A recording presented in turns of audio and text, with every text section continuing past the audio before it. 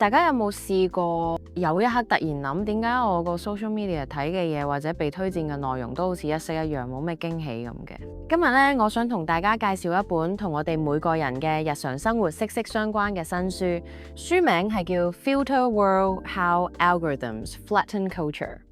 咁啊，中文可以理解為咧過濾世界，演算法點樣將文化扁平化。作者係紐約客雜誌嘅撰稿人 Carl Chaker。呢本書解答咗一個好多人都可能感受過，但係又未必能夠準確描述出嚟嘅問題。點解我哋而家打開手機，無論係碌 Instagram、睇 TikTok、聽 Spotify， 甚至去旅行見到嘅咖啡店同酒店，所有嘢感覺都好似越嚟越相似，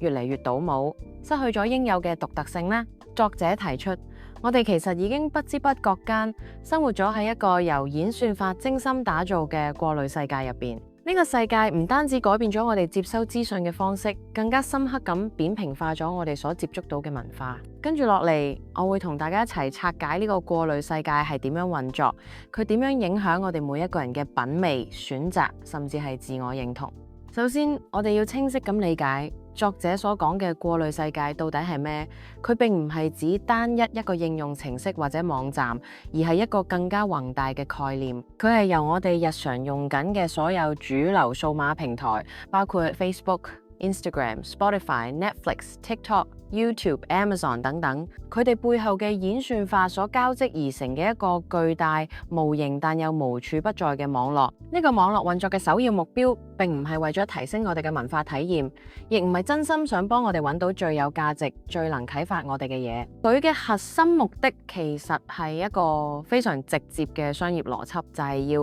我哋喺個平台上面停留得越耐越好。因為咧，我哋花費嘅時間同注意力就係呢啲科技巨頭可以賣俾廣告商嘅最寶貴商品。為咗達到呢個目的，演算法呢個強大嘅過濾器咧，就會不斷篩選海量嘅內容，傾向將嗰啲最安全、最能夠引發即時情緒反應、最唔會令人反感或者需要思考嘅嘢，源源不絕咁推送俾你，令你好似上癮咁不停碌落去，難以自拔。作者喺書嘅開頭用咗一個經典又傳神嘅比喻，去形容我哋同演算法之間嘅關係，就係18世紀一個好出名嘅歐洲騙局——機械土耳其人。呢部機械人呢，外表睇落好似好犀利，識得同真人捉象棋，仲贏過好多當時嘅高手，包括法國皇帝拿破崙。所有人呢都驚嘆於呢部機器嘅智能，但事實上個巨大嘅木櫃入邊係收埋咗一個身材矮小嘅真人棋王。透過精巧嘅磁鐵同槓桿裝置喺入邊暗中操控住機械人嘅每一步棋。演算法咧就好似呢部所謂嘅機械人啦，佢表面上睇落好客觀、好智能，甚至好似好了解你嘅內心，能夠做到完美嘅個人化推薦。但係佢背後其實係由一班科技公司嘅工程師按照一套特定嘅商業邏輯同預設目標去設計同維護。佢唔係一個中立嘅工具，而係一個為咗商業利益不斷喺度影響緊我哋選擇、塑造緊我哋品味嘅土耳其人。我哋以為自己有自由選擇，但係其實好多時候呢，我哋只不過係喺一個被精心設計過、充滿誤導性嘅框架入邊做緊選擇題。佢甚至唔係一個多項選擇題。咁呢個過濾世界帶嚟最直接、最核心嘅後果係咩呢？就係作者喺書名中所講嘅文化扁平化，意思就係將原本豐富多元、有深度、有層次感嘅文化大規模咁簡化、磨平，變成單一、可複製、冇乜內涵嘅所謂內容。書入邊舉咗幾個好具體嘅例子。例如，作者提到喺音樂串流平台 Spotify 上面興起咗一種叫做有利音樂嘅類型。呢啲歌咧通常節奏中等，旋律柔和，氣氛咧有啲憂鬱。因為呢種音樂最適合用嚟做背景音樂，你做嘢或者溫書嗰陣播住，唔會專登去聽，但又唔會覺得嘈而想即刻熄咗佢。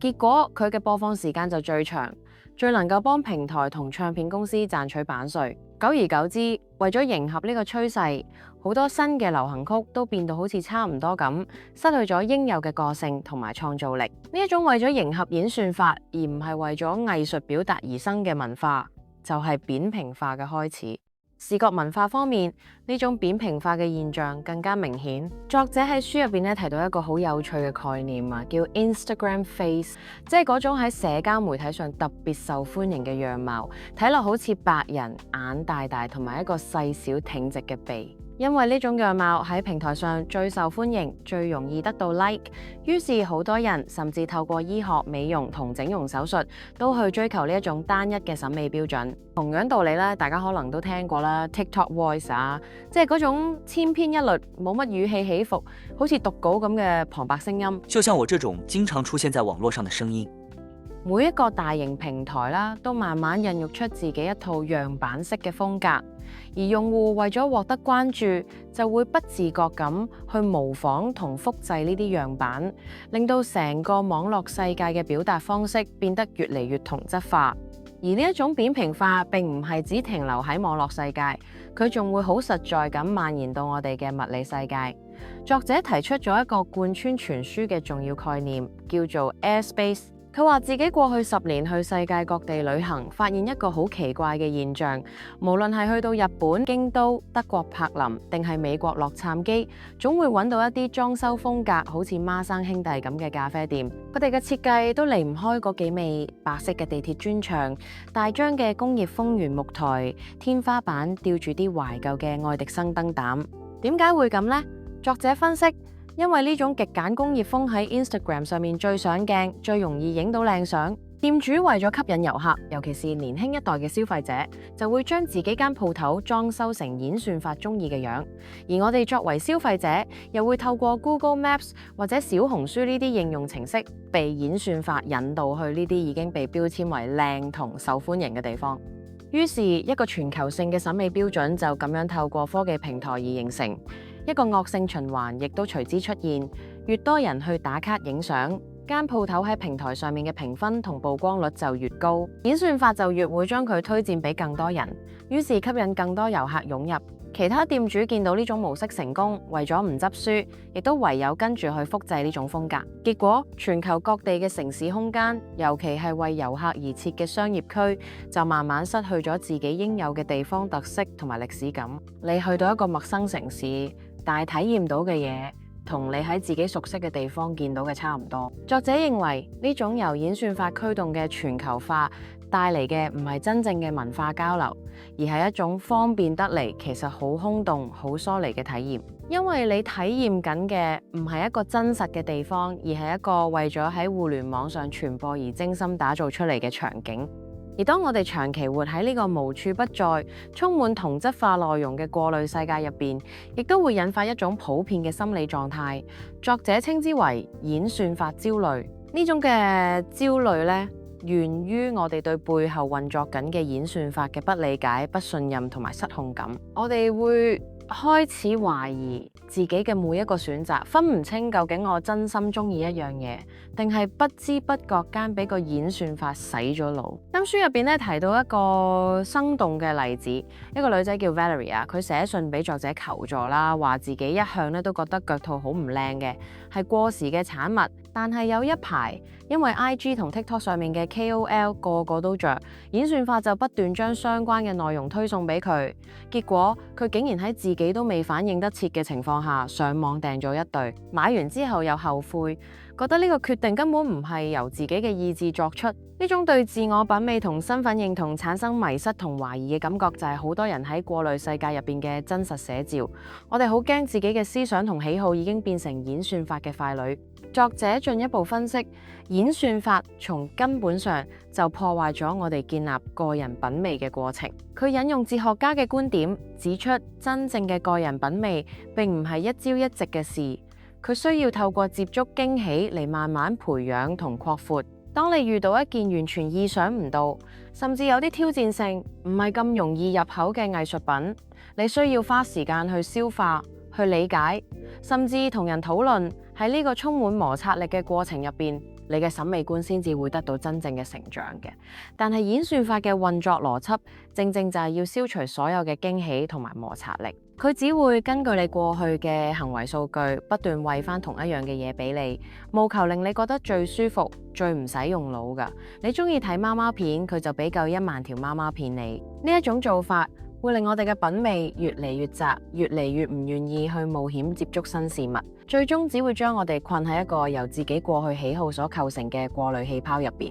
為咗更形象化咁說明呢個分別啦，書中用咗2個書店做咗個好強烈嘅對比。一邊係科技巨頭亞馬遜開設嘅實體書店，入邊所有書嘅擺位、分類同推薦都唔係由人類店員決定，而係完全基於網站上嘅銷售數據、用戶評分，甚至讀者用 Kindle 睇到第幾頁呢啲冷冰冰嘅演算法結果所形成。邊本書最多人買、最多星星，就放喺最當眼嘅位置。成間鋪頭就好似一個數據報告嘅實體化，冇人嘅溫度，亦都冇策劃嘅視野。另一邊係一間作者好中意嘅紐約獨立書店，書店入邊嘅書全部都係由店員憑住佢哋對書本嘅熱情同埋專業知識去精心挑選同埋陳列。佢哋會好有心思咁將一本可能好冷門嘅哲學書放喺一本暢銷小說嘅隔籬，創造出一種意想不到嘅對話同火花。作者認為呢種由人類主導嘅策劃，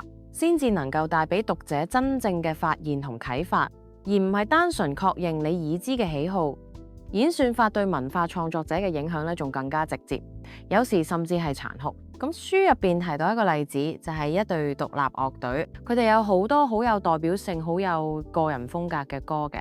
但係喺音樂串流平台 Spotify 上面呢，有一首歌不成比例咁樣受歡迎同播放率最高，樂隊都覺得好奇怪，因為呢首歌無論係節奏、吉他音色都係成張大碟入邊最正常、最安全、最冇樂隊風格嘅一首歌。但正正就係因為呢種正常，令佢最唔會俾人 skip 走，於是就俾 Spotify 嘅演算法判定為一首成功嘅歌，繼而不斷推薦俾更多人。結果一首最唔能夠代表佢哋樂隊精神嘅歌，反而變成咗佢哋喺網絡世界嘅代名詞。呢個就係作者所講嘅演算法正常化。演算法會揾出你作品入邊最冇性格、最普通嘅部分，然後將佢定義為你嘅全部。如果話 Spotify 嘅影響係潛移默化，咁 Netflix 嘅推薦系統更加係將呢一種操控推到極致。我哋好多人都知道 Netflix 會根據我哋睇過咩戲去推薦新片，呢個已經係基本操作。但作者揭露 Netflix 為咗引你去睇，仲會做一樣更加陰濕嘅嘢，就係根據你嘅個人資料去動態修改電影嘅封面縮圖。呢個做法，作者稱之為腐敗嘅個人化。例如，如果你嘅觀看記錄顯示你成日睇愛情片，佢就會將一套其實係科幻驚慄片嘅封面換成男女主角眉來眼去嘅溫馨畫面。更加嚴重嘅係，如果你係黑人，佢可能會將一套明明係白人做主角嘅電影封面換成入面只係客串咗幾分鐘嘅黑人配角，等你誤以為套戲同你嘅族群更加相關。呢種做法已經唔再係推薦，而係一種帶有欺騙成分嘅營銷手段。佢唔係幫你揾你中意嘅嘢，而係透過扭曲資訊去操控你嘅選擇，最終目的都係為咗平台嘅商業利益。喺呢個過濾世界入邊，一種全新嘅職業同經濟模式亦都應運而生，而且影響力越嚟越巨大，就係所謂嘅網紅經濟。作者用咗一套好多人都睇過或者聽過嘅劇集《Emily in Paris》做例子，佢認為呢一套劇咧可以話係對呢一個現象最完美嘅注解同埋諷刺。劇中嘅女主角 Emily， 佢嘅工作就係幫奢侈品牌做社交媒體營銷，而佢自己嘅生活就係將喺巴黎見到嘅所有嘢，無論係一個牛角包定係一個男人，都變成一個又一個嘅 IG post。佢嘅人生價值唔係在於佢創造咗啲咩有意義嘅嘢，而係在於佢嘅 Instagram 戶口有幾多 follower、幾多 like。佢嘅生活本身就係一件用嚟消費同賣廣告嘅商品。呢套劇好真實咁反映咗喺而家呢個時代，個人生活同商業營銷之間嘅界線已經變得非常模糊，而網紅或者 KOL 就係呢個模糊地帶入邊最成功嘅角色。為咗進一步解釋呢種現象，作者引用咗一個由學者 Kate Ishon 提出嘅重要概念，叫做內容資本。喺以前嘅社會咧，我哋講一個人有冇文化，可能會睇佢有幾多文化資本，即係佢對藝術、文學、歷史嘅修養同埋知識。但係而家喺過濾世界入邊，你擁有幾多內容資本，可能更加重要。咩係內容資本呢？簡單嚟講咧，就係你喺社交媒體上面製造內容嘅能力，尤其咧係製造關於你作為一個創作者嘅內容。例如一個作家除咗要識寫書，仲要識得喺 IG post 自己張靚相，喺 Twitter 寫金句，喺 TikTok 拍片分享自己嘅寫作日常。你嘅個人品牌形象，你嘅網上人設，甚至比你嘅作品本身更加重要，因為呢啲先至係能夠直接轉化為流量同收入嘅嘢。結果好多創作者都將大量時間同精力放咗喺經營個人形象呢啲周邊嘢上面，而唔係專心打磨自己嘅作品。面對呢啲無孔不入、影響深遠嘅問題，我哋又可以點樣反抗呢？作者認為單靠個人嘅意志力去排毒係唔夠嘅，因為問題根源係結構性嘅，需要從更宏觀嘅層面去解決。其中一個最關鍵嘅結構性問題就係科技巨頭嘅市場壟斷。好似 Facebook 當年用天價收購咗當時仲係初創公司嘅潛在競爭對手 Instagram 同 WhatsApp， 呢啲做法成功咁消除咗市場上嘅競爭，令到用戶根本冇乜其他選擇。當幾個巨頭壟斷咗成個市場，佢哋就更加冇誘因去改善服務，或者考慮對社會嘅負面影響。所以作者認為政府嘅反壟斷監管係非常重要嘅第一步。只有透過法律手段去拆散呢啲巨無霸，或者限制佢哋嘅收購行為，先至可以為市場帶嚟真正嘅競爭，俾翻啲空間一啲唔同模式、唔用演算法為中心嘅新平台去生存同發展。另外，作者提到好多平台已經要提供一個顯眼嘅選項，俾用戶可以完全熄咗個人化推薦，轉翻用一個唔會追蹤你個人數據，純粹按時間順序排列嘅資訊流。呢個做法嘅核心理念呢，就係希望將選擇嘅權力由平台嘅演算法手上交翻俾用戶自己。所以作者都建議大家運用翻呢個選項，將決定權拎翻到自己手上。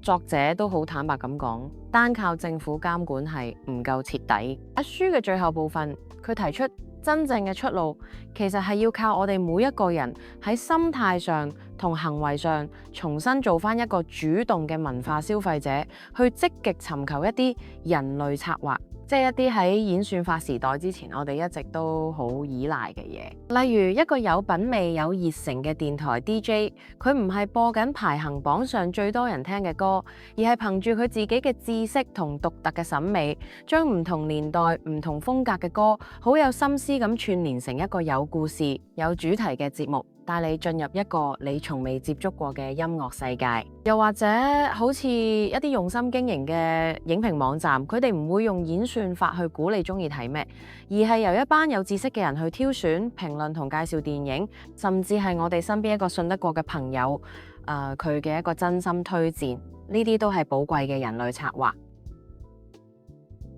總結嚟講，《過濾世界》呢一本書咧，並唔係單純批判科技，叫我哋放棄上網或者啲電子產品。相反，佢係想透過深入嘅分析同豐富嘅例子，提醒我哋喺享受科技帶嚟嘅無限便利同選擇嘅同時，亦都要警惕佢背後隱藏嘅代價。演算法為咗商業利益，正不斷將我哋嘅文化扁平化，令我哋嘅品味變得單一，令我哋嘅世界失去咗應有嘅多元同埋驚喜。要抵抗呢個強大嘅趨勢，我哋需要有意識咁去行動，唔好再被動咁喺個無盡嘅資訊流入邊浮沉，而係要主動去揾啲值得信賴嘅人類策劃者。無論係一個你欣賞嘅專欄作家，一個有心嘅網上 channel， 定係一個品味獨到嘅朋友，試下用真金白銀去支持一啲小眾但係有心嘅創作平台。試下同你身邊嘅人面對面咁去分享、去討論你真心中意嘅嘢。最重要嘅係要重拾自己嘅好奇心、批判性思維同埋判斷力，做返自己文化生活嘅主人。因為真正嘅品味同深度係任何精密嘅演算法都永遠計算唔到出嚟嘅。希望今日大家睇到呢條片，就係踏出演算法框架嘅第一步。今集就嚟到呢度，如果大家中意今集嘅內容，希望可以 like、share 同 subscribe， 話我知有啲咩書想睇，等我可以再同大家分享其他精彩好書。我哋下次再見，拜拜。